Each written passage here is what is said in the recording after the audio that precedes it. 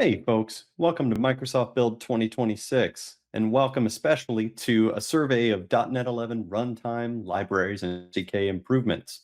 I'm 𝗬𝗀𝗃, and I'm a product manager on the SDK and MS Build teams. And here with me today is... Yeah, I'm Rich Lander. I'm also a product manager on the .NET team, and I'm going to be talking about runtime and libraries. Awesome. So we've got a great packed flow for you today. We're going to start by looking at some of the SDK and tooling level improvements and initiatives in the .NET 11 timeframe. And then we'll yield over to Rich to go a little bit lower in the stack because all the stuff we're going to show you at the tooling layer builds on the work that he and his teams have been doing. So with no further ado, let's step right in. So the .NET SDK has three major work streams that we've been working on for the .NET 11 releases. The first is new capabilities and new user experiences. The second is a strong focus on performance all the way through the stack.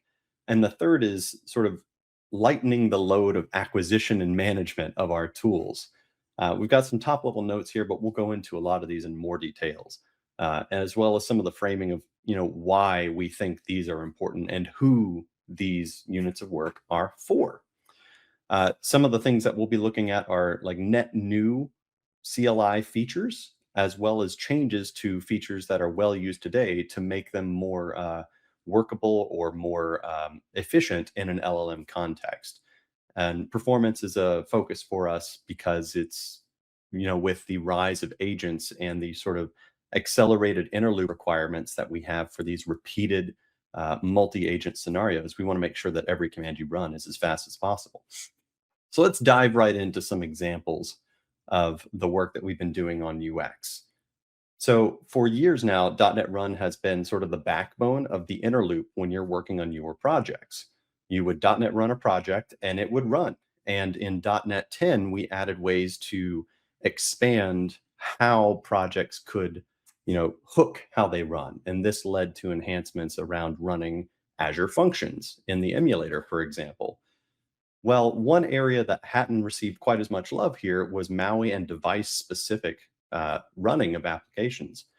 On your devices, when you run a MAUI application, you typically have to not just build the product, but also build some kind of an installation payload, push it to a device, and then run that payload on that device. Well, starting in .NET 11, the MAUI team has contributed enhancements to .NET Run to make device flows a first-class citizen in the .NET Run experience. They've also expanded the .NET MAUI targets so that Run actually handles that device deployment. So as you can see in the image that we're looking at here, we're seeing an application that is using .NET Run to pick the target framework it wants to deploy to, pick a device that is valid for that target framework, and then upload the device payload to that device and launch it on that simulator. So this is a really powerful example of just making common workflows something that is part of the first-class knowledge that .NET Run has. What's important about this is that Run also now understands how to query the devices you have available, and this entire protocol is something that's extensible. It works not just for MAUI, but it could be extended to support Uno or Avalonia or any of your favorite UI frameworks. So that was a really exciting contribution that we really thank the MAUI team for. Moving on, we want to make sure that the .NET CLI works nicely with agents of all kinds. And to this end, we put work into the .NET CLI to make it aware of when it is being run under an agent context. This is necessarily kind of a heuristic-based approach, but once we have this knowledge, this lets us do two important categories of work. It lets us change the way that we render output to the output streams that are available to us, and it helps us understand more about who is driving us and their usage patterns so that we can change our internal behavior. Some examples of this is that the terminal logger, which is the default build display starting in .NET 10, has a static section where your project outputs are emitted, and then a dynamic portion where it's constantly updating and showing what targets are being built for each project that is being built. Well, LLMs interpret that live portion as a very token inefficient stream of constant changes. And so armed with this new knowledge that the CLI has, we have been able to disable that live update when we are run in an LLM context. This is a very simple example, but the core idea of understanding when we are in an LLM context and using that to change behavior is something that we're taking to heart throughout the entire .NET CLI. In addition, we are introducing and exploring new concepts that are more common thanks to agents. These days, it's more common for agents to spawn off separate work trees, which are a Git technique for creating shallow clones of a repo at different branches so that work can be done in parallel. However, when you run .NET Build, that operation is not normally aware of any other build that's going on the machine. And this can lead to significant amounts of resource tension on your machine, or contention rather. So we're looking at strategies like a sort of central gatekeeper for MS Build that all builds have to route through that can delegate resources to each individual build so that your overall machine remains responsive. This is an example of something that was kind of historically always a weakness in our tooling. It was very one-shot focused, but with the rise of agents and the rise of parallel work on a single machine, it's become much more necessary that we take steps to address the scenario. So this category of work is something you should expect to see more of in the .NET CLI overall. When you do choose to do work with the .NET CLI, though, we want that work to be fast. So we are starting on a journey to make the .NET CLI a native AOT application. I'm incredibly excited for this. Some of the recent milestones that we've hit here are that many of these sort of standalone but bundled tools you use in the .NET CLI, like the user secrets, dev certs, and user JSON web token services, are native AOT as of like 2 weeks ago now. So starting in preview 6, you'll see this. The net result of this is improved performance and responsiveness for these commands. We have some example numbers here for .NET user secrets that Damian Edwards and I took like a week ago. On average on his Windows machine, .NET user secrets, the AOT form took about 54 milliseconds to run. Of that, only 14 milliseconds was the actual application. The rest was the managed .NET CLI overhead there. We'll talk about that more in just a second. Why are we doing this native AOT push? Well, first off, it's because the .NET CLI is used so frequently that any amount of performance that we can contribute to its shared base multiplies incredibly well. So even shaving 100 milliseconds off of every command translates to real benefits given the number of times each individual developer issues a command.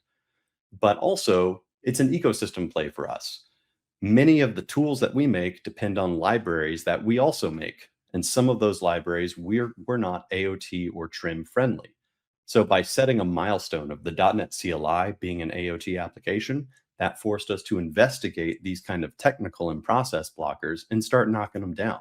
So just over the course of the .NET 11 development cycle so far, we've been able to make really common libraries like templating and NuGet and even parts of MS Build more trim friendly. This is an ongoing effort, and not all use cases are trim friendly yet, but it is kind of the North Star for the overall effort. The hope is that, especially with some of these NuGet libraries, unblocking these core Microsoft provided libraries from being trim friendly makes it possible for the entire ecosystem to make trimmed and AOT applications more effectively. So that's just some of the bundled tools, but the big thing here, the big news is that the entire .NET CLI is on its arc to be AOT as well. Some of the technical blockers I mentioned, I've touched on already, but some of the other ones were complete replacements. So we had telemetry libraries, for example, that we had to migrate to OpenTelemetry. We had old COM patterns that needed to be made trim friendly. A lot of this was stuff that the runtime had already provided, and we just had not taken advantage yet. So we're hopeful that the .NET CLI taking advantage of those will start to lead to sort of real benefits to our end users, as well as sort of championing native AOT as a valid and awesome technology in its own right. An example of some of the wins we get from this, you can see in this Aspire dashboard trace below. That's right. Now that the .NET CLI emits OTel, you can use the Aspire dashboard and all of the Aspire tools you're familiar with to trace it. So in this display that you're seeing, the top 5 spans all come from the native portion of the .NET CLI now, and the bottom 5 come from the managed portion of the .NET CLI. Over time, we will be moving more and more commands into the native space as their technical blockers are eliminated and as our resources allow. We're trying to optimize commands that are both dependency free, relatively speaking, as well as frequently used by the community to kind of maximize the benefit there. Right now, we're looking at the .NET Solution Management commands, but other commands that are high up on my personal list are template related and tool management related. So this leads us to a place where we might even have scenarios like the DNX command being a standalone native AOT application. So it's a really exciting step for us, and it opens up a whole bunch of opportunities that we'll hopefully be talking about later in future releases. We are, hitting some more highlights here. We're embracing threads in MS Build in .NET 11 and not just processes. Today's MS Build uses a multi-process architecture that is great for isolation and safety, but has high overheads in terms of inter-process communication costs and things like core CLR JIT loading. This multi-threaded mode is something we've been working on for a while, and it's not ready to use today, but it will be ready to use by the time .NET 11 launches. Look for more announcements there. If you are a task author, you can follow the link on this page, aka.ms/msbuild/mt tasks, to learn more about the changes you would need to make to your task to adopt to this ecosystem. We think it is very promising in terms of performance here and opens up a whole bunch of additional optimizations that we can layer on top. But again, look for more on this as we get better measurement numbers to share with you all. The final sort of pillar we wanted to tackle was acquisition. And for this, we have 2 main things we've been working on.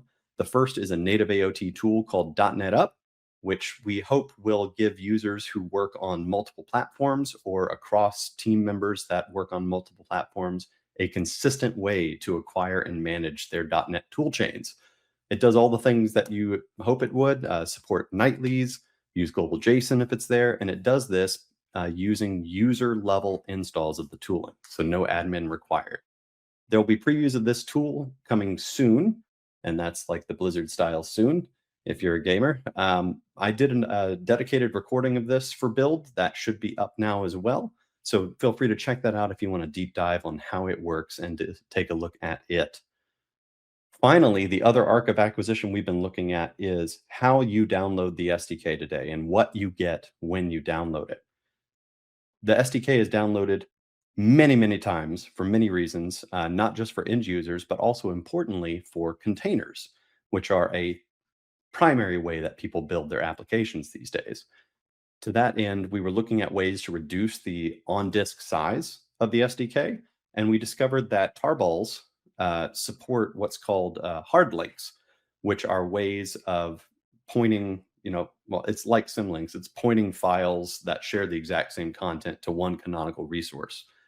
We found a way to inspect the layouts of the SDK that we make every time we produce our tarballs and our packages of all kinds, and do an automated unification and deduplication. And that has yielded incredible results. Over the course of the .NET 11 previews so far, we have shaved quite a few megabytes, somewhere on the order of 80-ish megabytes for all these different platforms and more from all of the SDK payloads. This is huge. A smaller payload is faster to get to you, and it's also just less overall network I/O, especially for those SDK containers that I mentioned.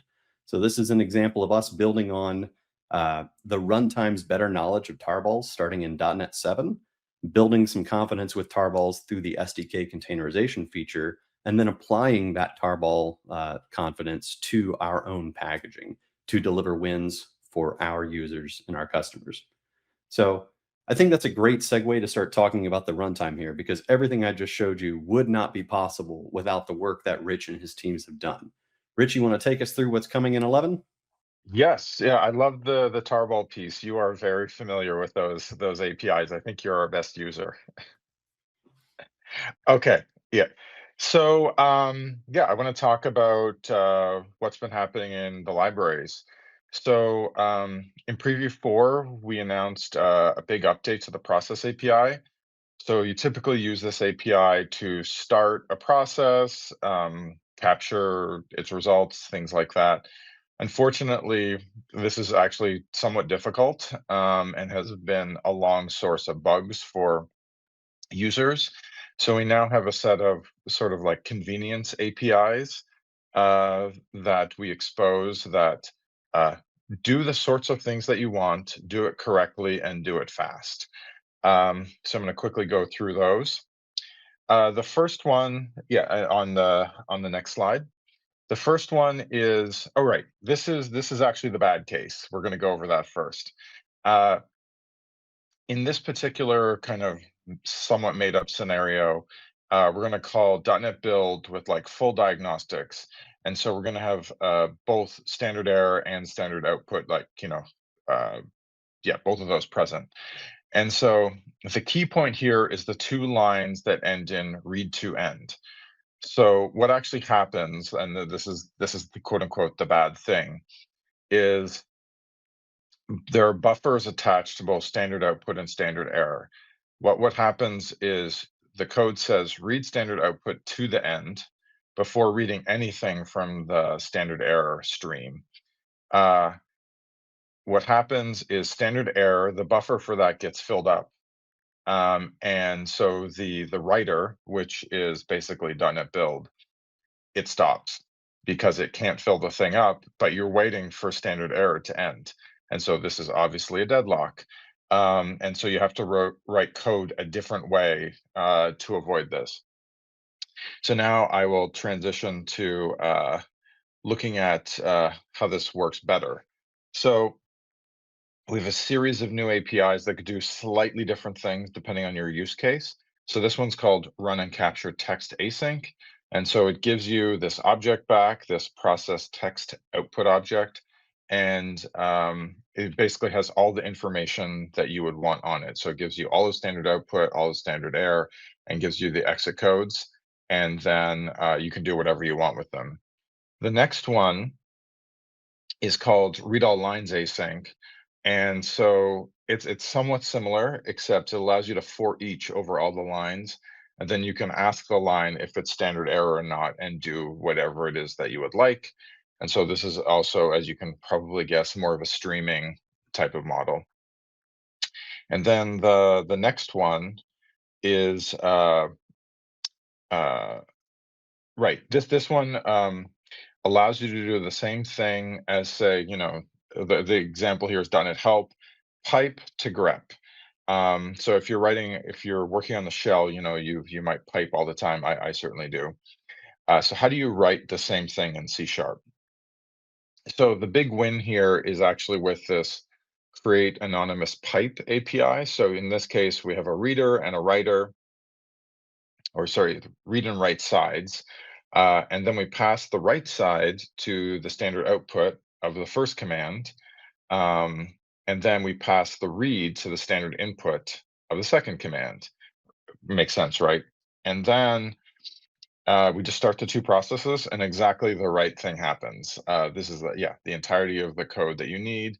And then we just wait for the second command to exit, and then everything is all the resources are released correctly. Okay. Next one is a fire and forget story. So sometimes you just want to start a process and just have it do its thing, have it release resources correctly, and not do anything. So in this case, you don't, the definition of fire and forget is that you're not trying to find out what the results were. And so this does this. The only interesting nuance is you can either have the process killed on parent exit or not, depending on your use case. Okay. Uh, so Chet spent a fair bit of time talking about native AOT and trimming.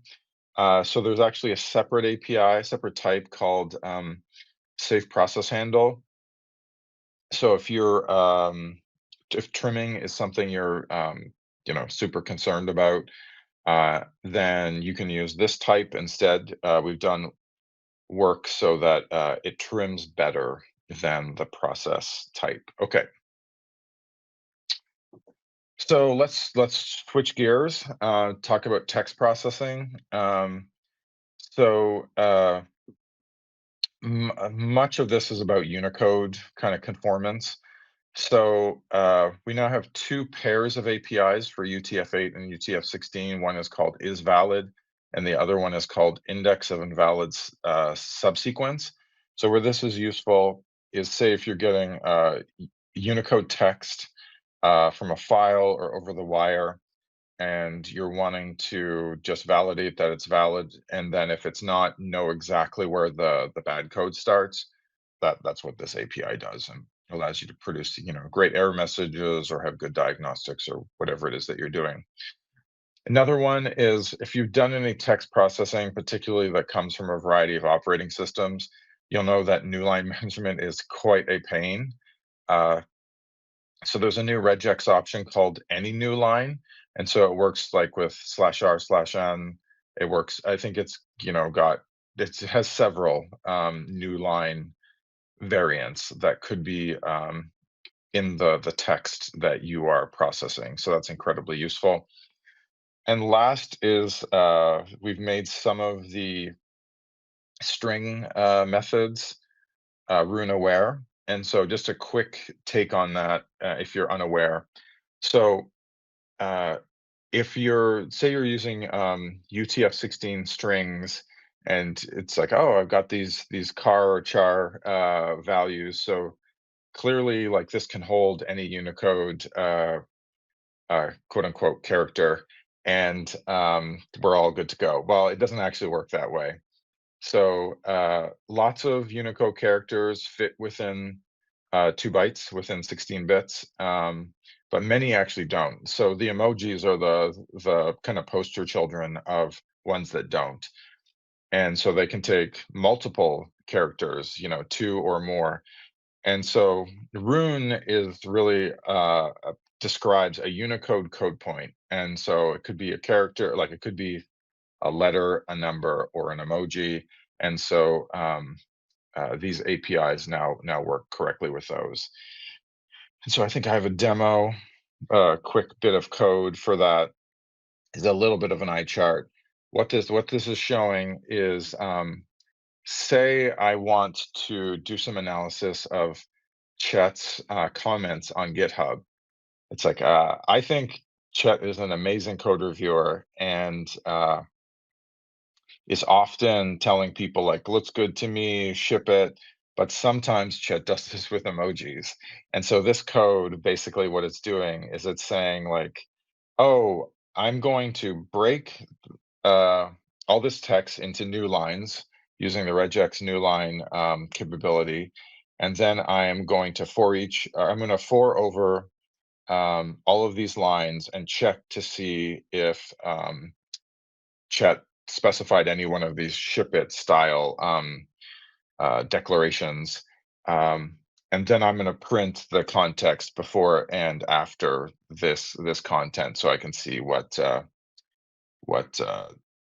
Chet said for context, and then I'm going to follow up where I think he made the wrong call. So yeah, so that's super useful. Just for one bit of clarity, I'm not, like, if I was to like really write this thing, I'm not sure I would actually use these particular APIs. I might actually use the search values APIs, which I'm a big fan of. But I thought this was a good way of showing these APIs. Okay, let's move on. So system text JSON, we've been working on this component for, I don't know, 6 or 7 years or something like that, and we keep on investing in it, which is great. One of the places, and I actually see this with agents as well, is you want all this policy kind of in your for your serializer to say what it is that you want to happen. It's usually about naming or not emitting a particular property if it's null. So let's look at the code.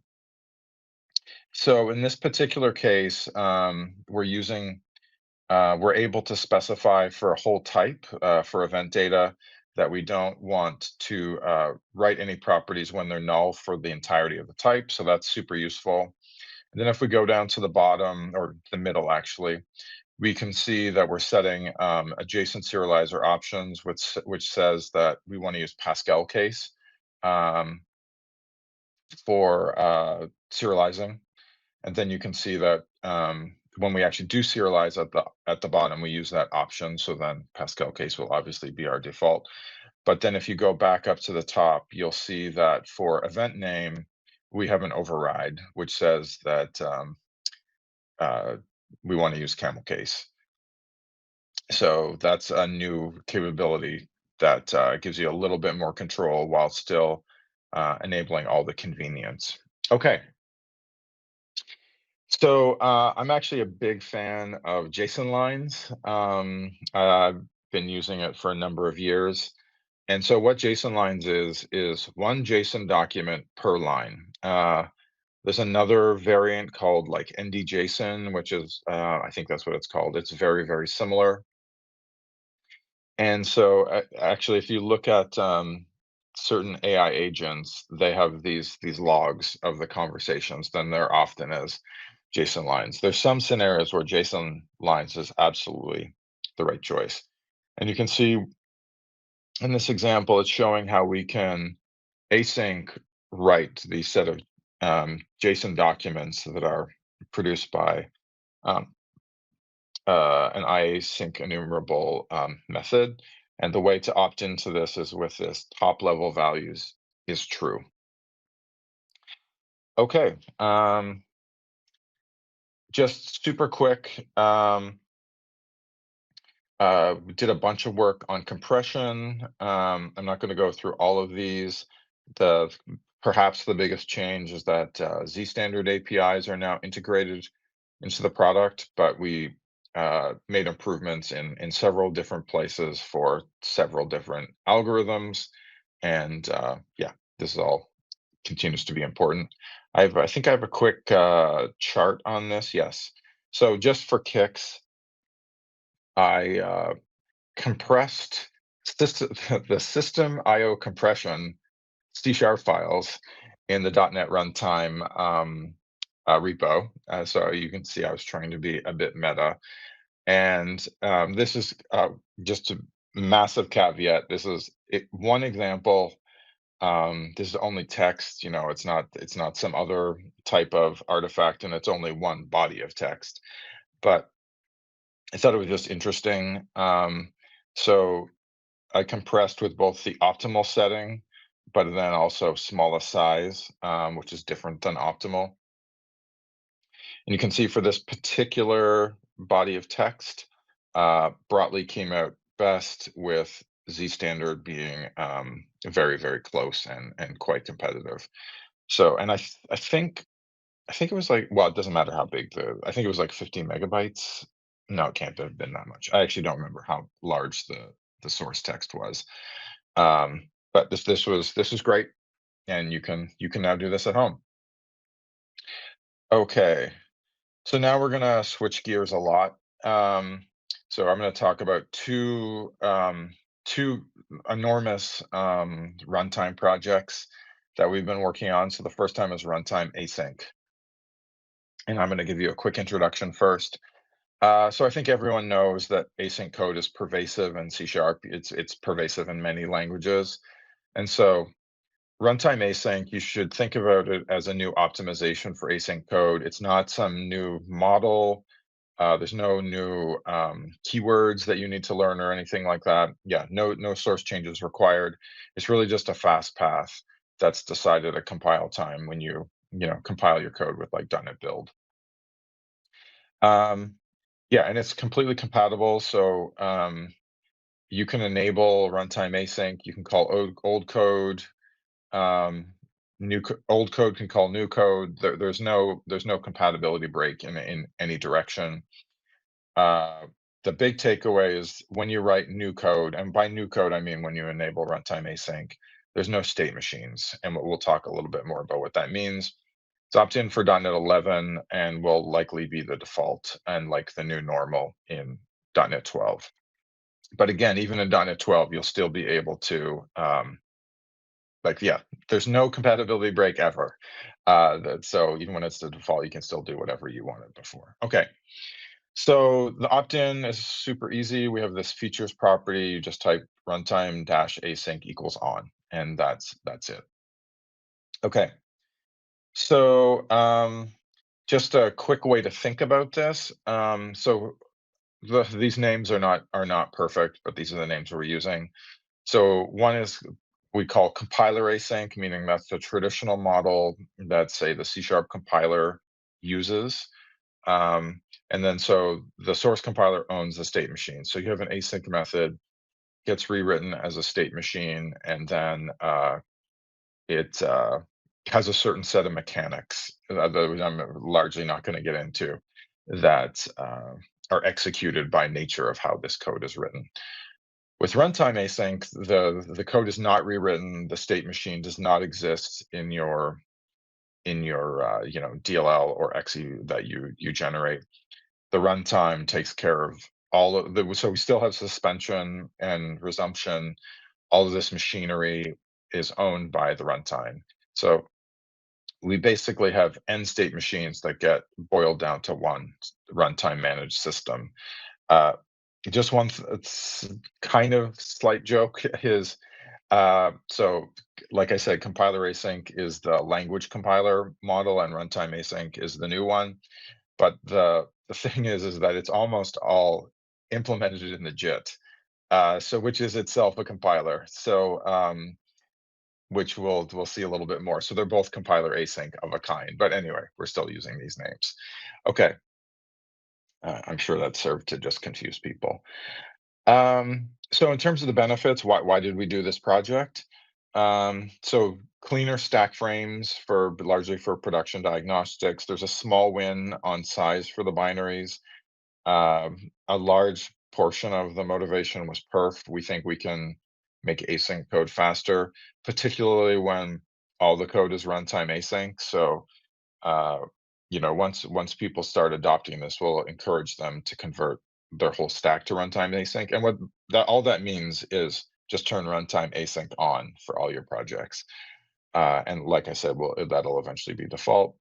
And there's a potential for async code to actually improve over time without recompiling your code. So imagine in the future, you've got a bunch of, you say you have your own NuGet feed for your company's code, and you upgrade to like .NET 13, and you haven't actually recompiled that code, although it is using runtime async. There could be improvements to the async infrastructure within the runtime, and then your code would just get faster because all that code is in the runtime and not in your library anymore. Okay. Yeah, so here's a fun chart that I made. So we turned on runtime async for the product in preview 4. So that's the one we released in May. And so that means it was not on in preview 3. And so I went through the product and found some heavy hitters.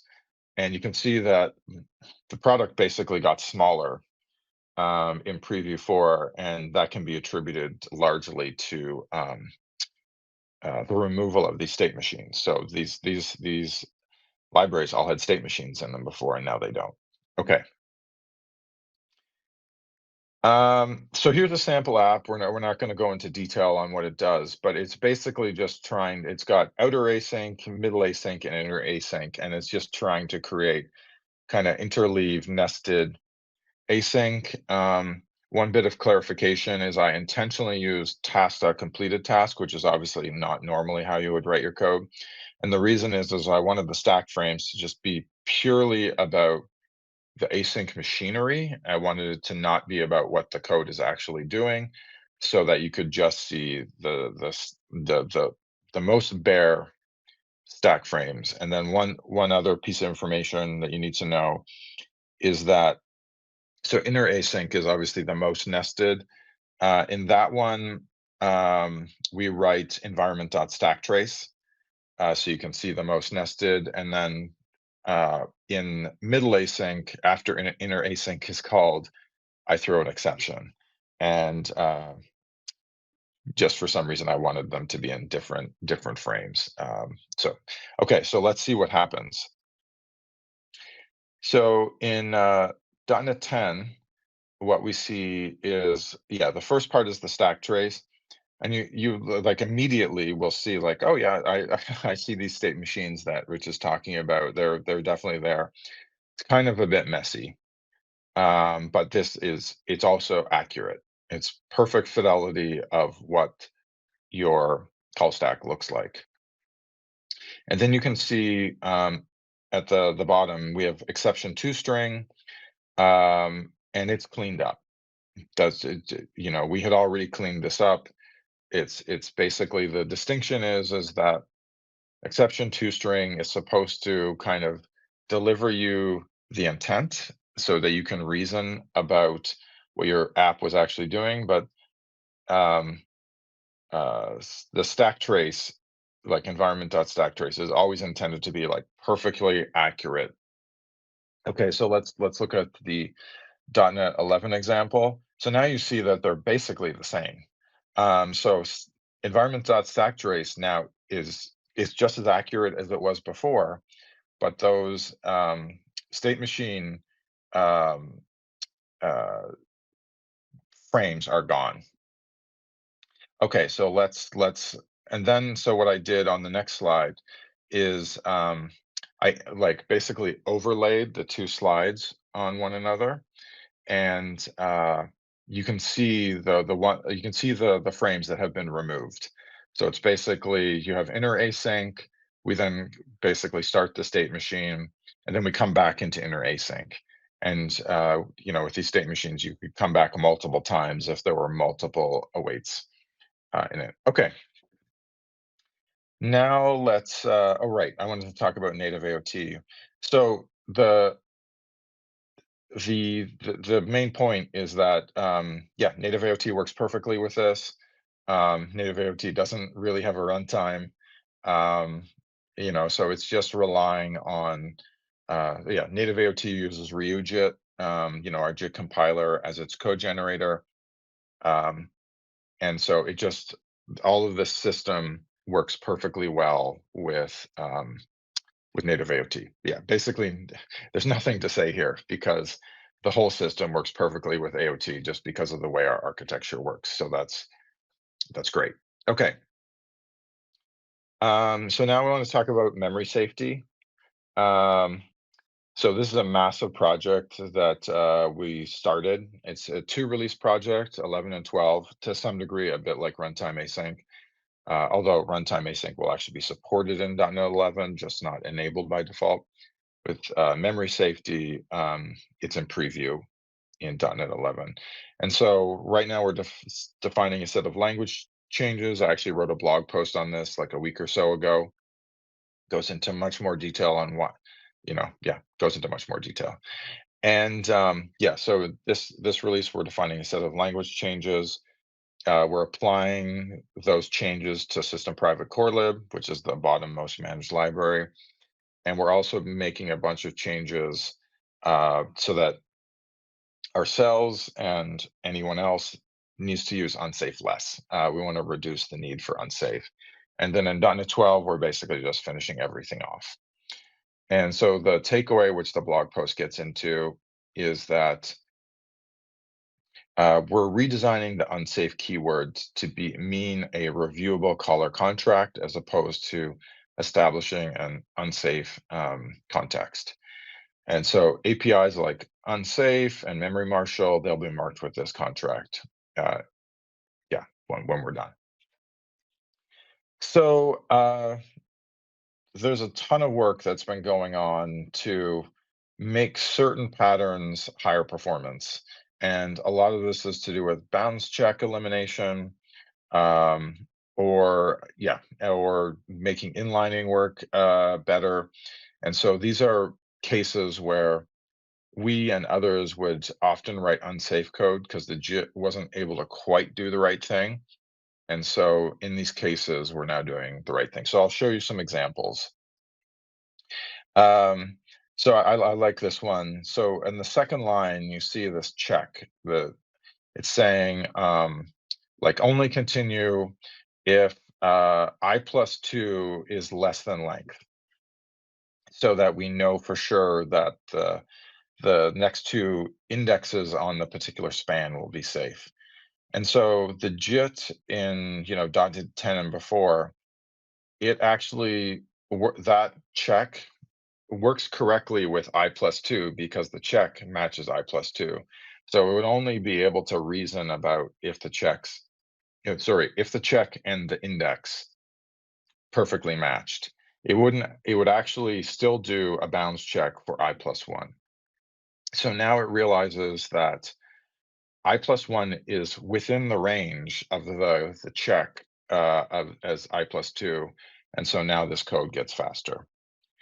Okay, next one is very, very similar, except it just like the polarity of it changes a little bit. So this one we're saying basically, does the span go past the size of an int? Is it at least 4 bytes? And then you can see then we do this span.slice that is the same size, but we're coming at it from the end. So the JIT previously didn't work well with this tail slice pattern. So now it does.